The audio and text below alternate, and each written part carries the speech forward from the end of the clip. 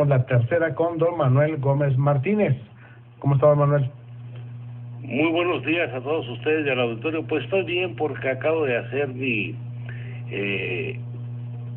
viacrucis matinal en el Seguro Social. ¿El de cada mes? El de cada mes, sí. ¿Y cómo le fue? Pasemos a lo de que tengo que informar. Ándele pues. ¿O quieres saber del seguro? No, córteme, no le hace. No, Aviéntese su fíjate mamotret, que, ándele. déjame decirte, 3 veces he peregrinado por ahí para un medicamento y no llega.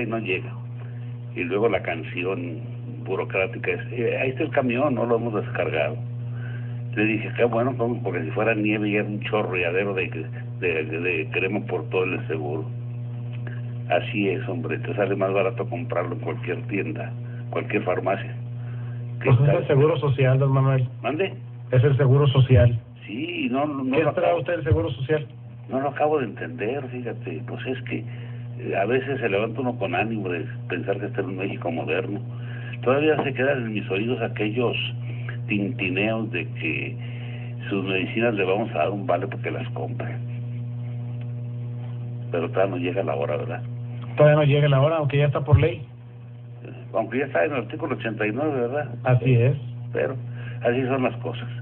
Gracias por permitir desahogar mi frustración de clase mediero. Échale. Ahí va. Tráfico. Apenas el sábado pasado se terminó de trabajar en el foro que duró 3 días, en el cual expertos en las áreas jurídicas, periodísticas y en otras muchas en las ramas humanistas estuvieron analizando en nuestra ciudad este fenómeno del tráfico de personas, cuyas víctimas frecuentes son las mujeres, adolescentes, los niños e inclusive hombres mayores de edad, siendo las ciudades fronterizas como la nuestra en donde se da el mayor número de este tipo de personas desaparecidas. Este tráfico de personas es igual o más lucrativo que el del narcotráfico, contando con ramificaciones internacionales en donde se ven involucrados desde autoridades, empezando por los policías, para extender sus redes funcionales y protectoras al sector privado.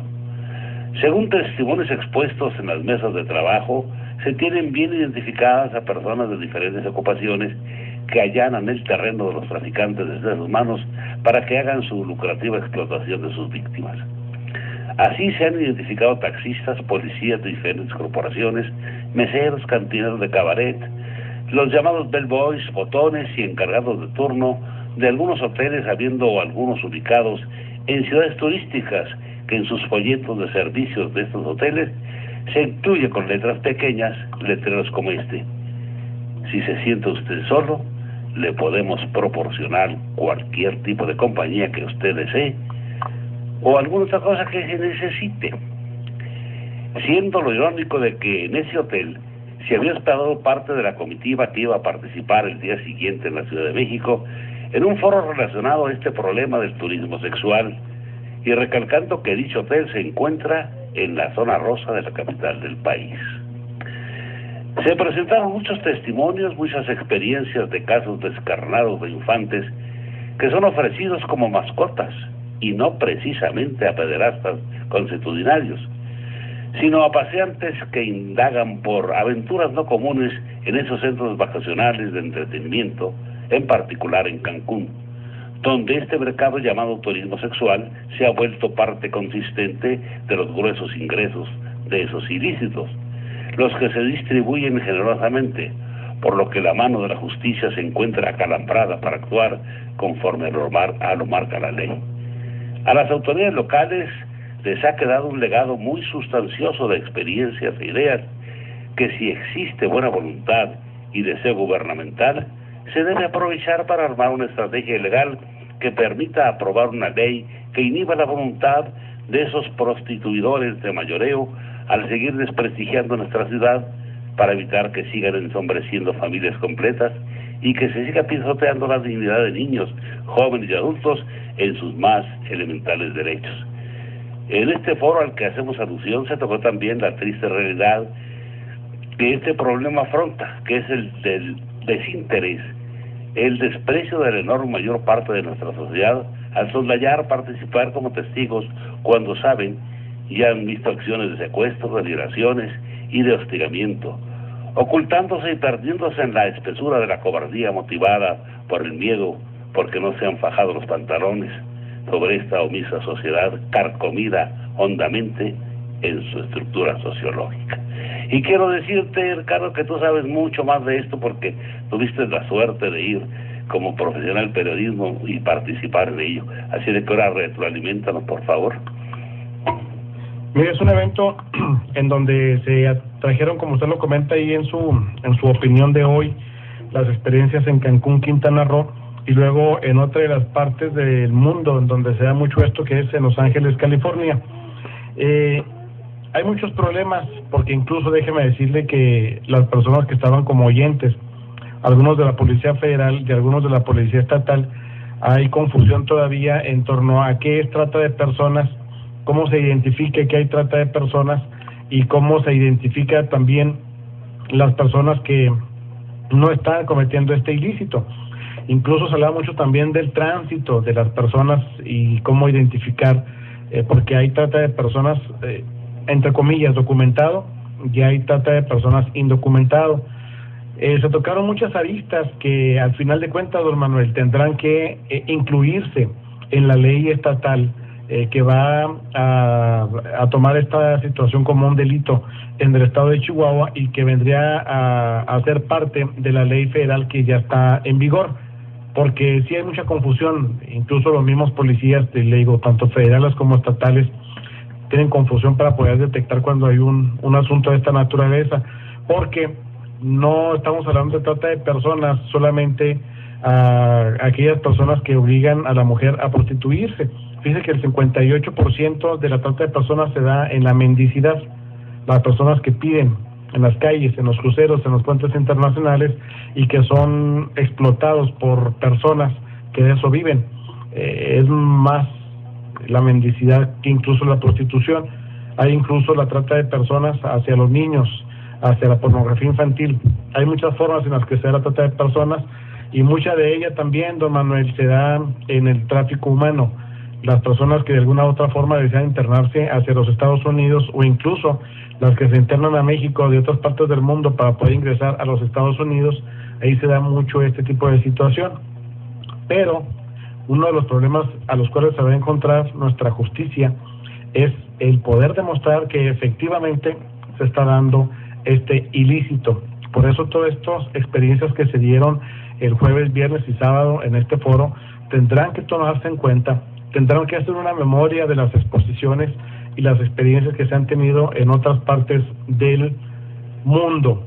Y una cosa que usted dice es muy cierta, parece ser que a la autoridad no le interesó mucho este foro, no sabemos si hay apatía o de nueva cuenta volvemos a lo mismo, a lo que son las injerencias políticas.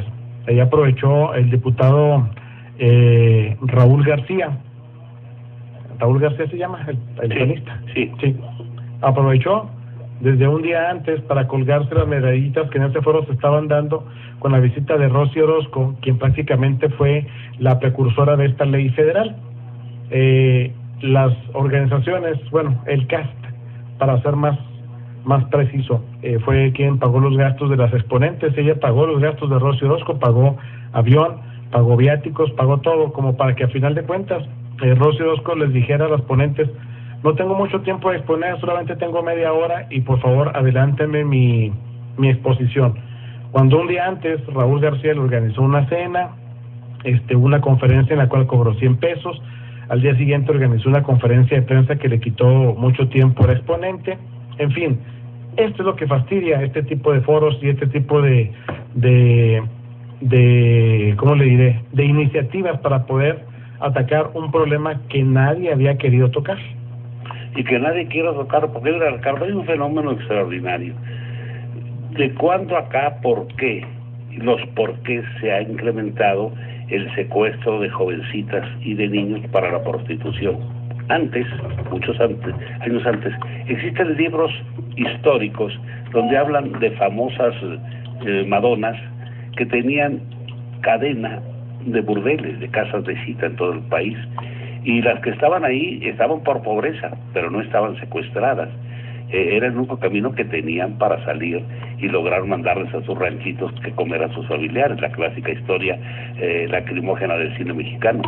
Pero aquí en Juárez hubo una época dorada de prostitución que dejó grandes dividendos. Ese sí era turismo sexual, pero con mujeres adultas, con mujeres controladas desde el punto de vista sanitario, legal y administrativamente.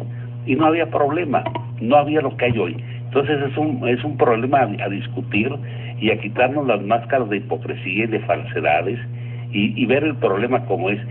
¿Cuándo se va a acabar la prostitución? Que le llaman así, o sea, el mercado carnal. Nunca, tú lo sabes que nunca se va a acabar. Entonces eso es más necesario.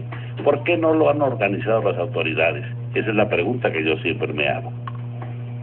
Pues sí, y a una de las dudas que ahí a todo el mundo nos sacó es de que la prostitución no es un delito, no se persigue como delito. A las personas que se prostituyen pues las arrestan por faltas a la moral o por escandalizar en la vía pública o por lo que usted quiera, pero no es por prostitución. No es por prostitución. ¿Y por qué andan en las calles?